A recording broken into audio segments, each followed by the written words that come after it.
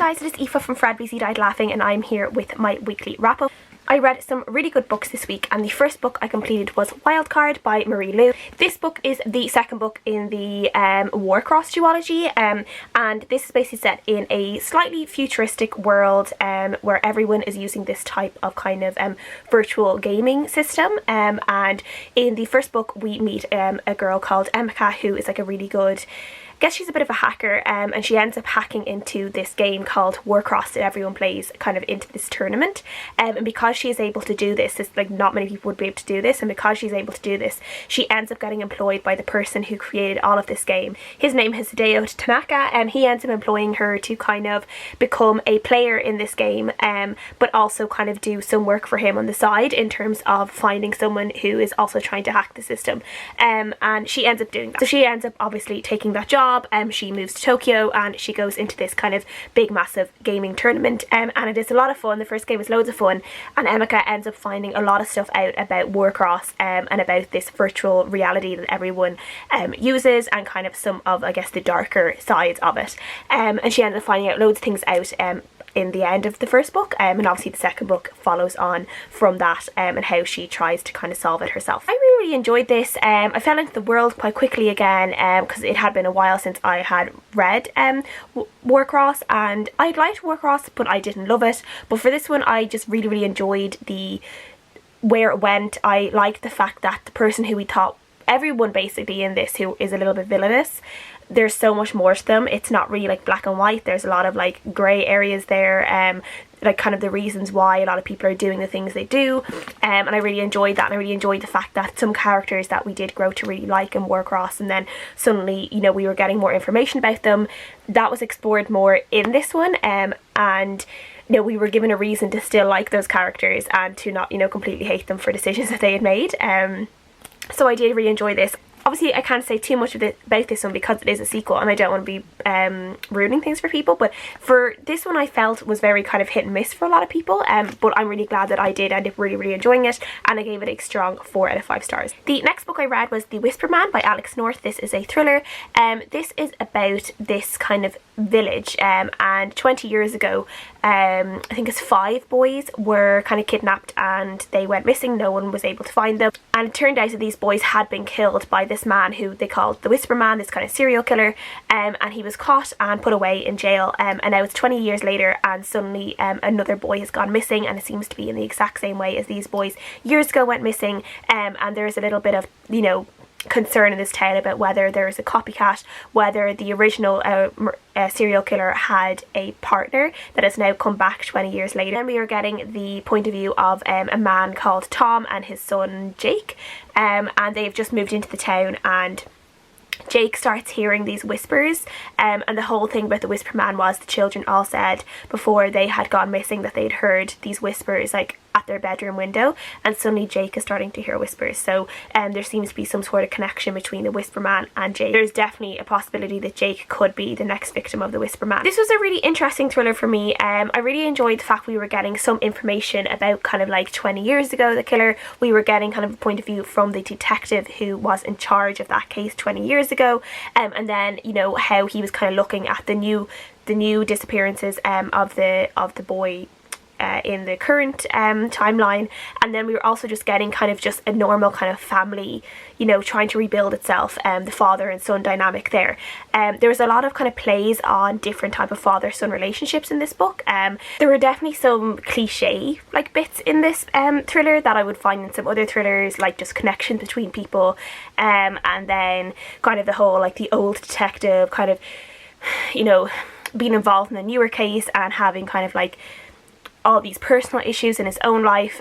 Sometimes I don't really like that. I did like it in this one, but generally I'm not a big massive fan of that. There were some really good creepy moments in this book that like really kind of, I got really into the book, and you know, I would have to kind of really suck myself like out of the book again, just so I wasn't getting like too scared. But there were some scenes in this that were very intense and very creepy and quite scary, which I really liked. I did enjoy near the end of it, and kind of the reveal of the person who was obviously behind everything, and I really liked kind of coming to the realisation of who it was. It wasn't a massive shock for me, but again, you know, I think there are parts of this book in particular that reminded me a lot of just like episodes of Criminal Minds and stuff, and I really enjoyed that because I love Criminal Minds. So reading this one kind of reminded me of some episodes I've seen before, and you know, things that I kind of came up with about who the person could be behind it all did remind me. I think I was able to guess it kind of early on because I've watched a lot of like Criminal Minds and stuff like that and read these thrillers before, but I do still think this is a really decent thriller. The writing in it is very good. The creepy, like, you know, aspect of it was there. And yeah, I really enjoyed it. I gave it a 4 out of 5 stars. The next book I read was definitely my least favourite book of the week, unfortunately, and that was The Secret Diary of Hendrik Groen, 83 and a quarter years old. This is like down as being written by Hendrik Groen, but that is a pseudonym for someone else. I'm not sure if they ever really like figured out who the author of this was. I think these were just kind of like fictional diary entries put up on some website before, and then they were eventually turned into a book. But this is basically kind of what it says in the tin. This is diary entries from a man called Hendrik. I keep saying Henrik, but it's actually Hendrik. Hendrik Groen.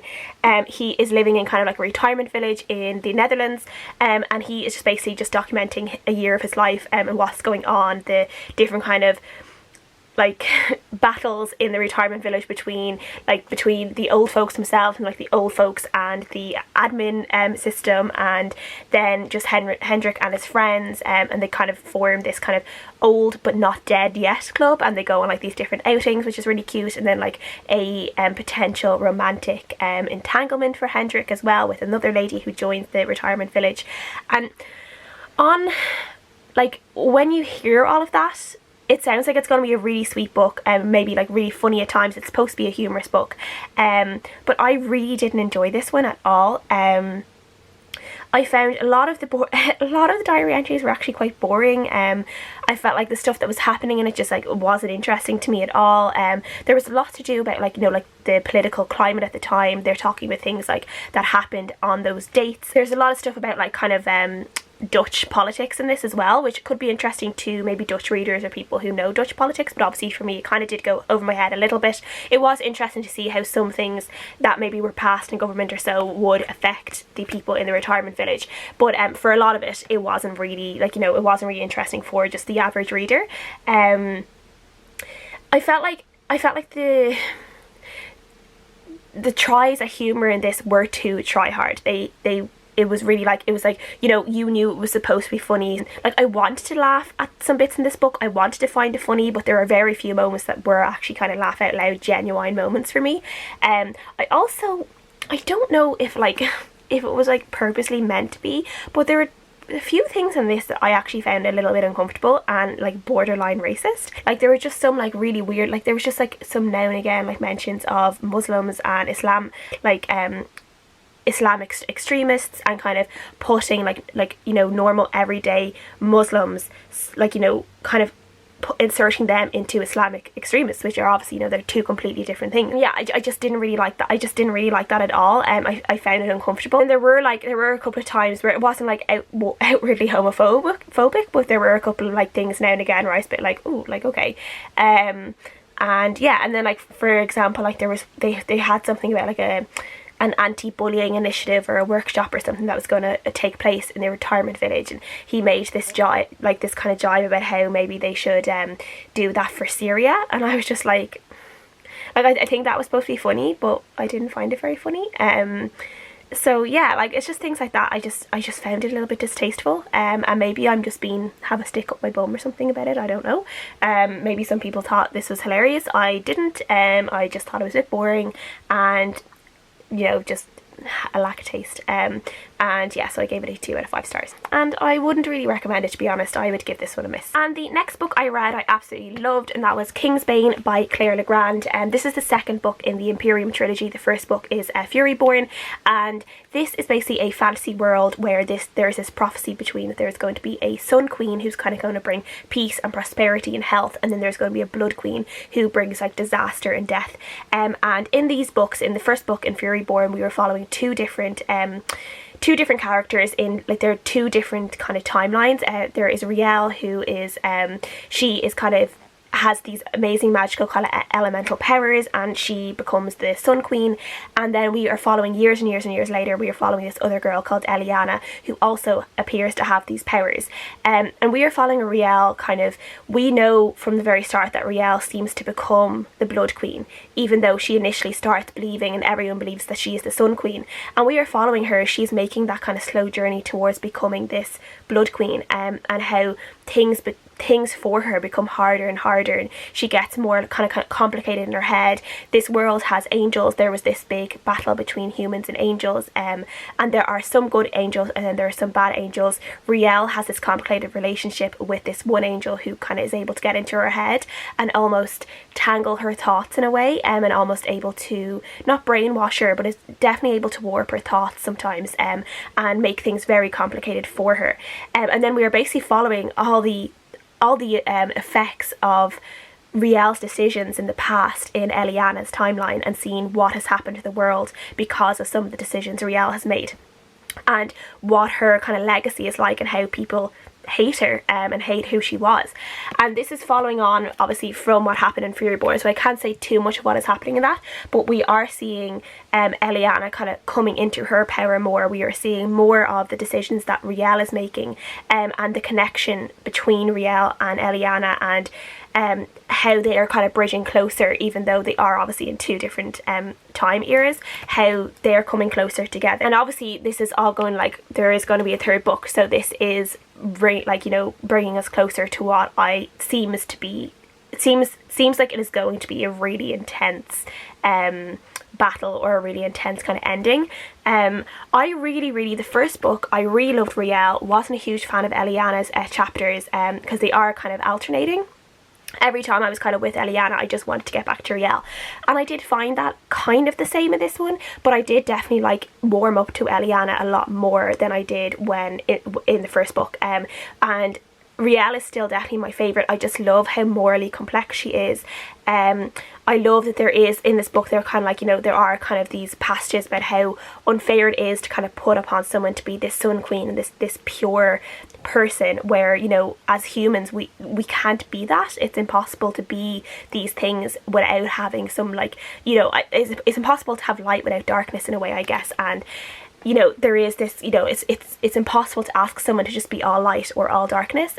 And sometimes it was actually really hard having such fond kind of, you know, emotions towards Riel and her struggles throughout this book, and then going to Eliana's timeline and hearing how they talk about her, and I was like really kind of, I wanted to defend her. I was getting really protective of Riel, and I hated hearing people say bad things about her in Eliana's timeline, because I'm like, you don't understand what she actually had to go through. It's so much more than what you guys think. It wasn't this easy thing for her to suddenly become this bad person. It wasn't like that at all. But we are still not really sure, even at the end of this, we're still really not sure the whole picture behind all of that, and I'm really looking forward to getting that in the third book. But yeah, I really enjoyed this one. There's this one also, both the main characters are bisexual in this, and then this is a world where obviously just sexuality in general, like any kind of sexuality is, you know, is accepted. There are, like, you know, all different types of families. People are married to men, people are married to women. There are polyamorous relationships. One of the main friendships in this book as well has kind of almost a polyamorous feel to it in a way, even though nothing actually happens between the three of them. There's always like the love between them seems to go deeper than just normal friendship, which I really enjoyed. There's definitely this kind of polyamorous feel to it, which I really like. There's also mentions of periods and contraception in this, which I love. Literally, I think the first chapter we get of Riel, she's like complaining, she has her period and she's in bits, and she, you know, is brought chocolate cake, and that is just like, you know, I relate to that so much. So I really enjoyed that, and I gave this one a 4.5 out of 5 stars, and I cannot wait for the third book and see what happens, because I loved this so much. So that's everything I have finished this week. Please let me know what you guys think down below in the comments, and I'll see you guys again next time. Bye!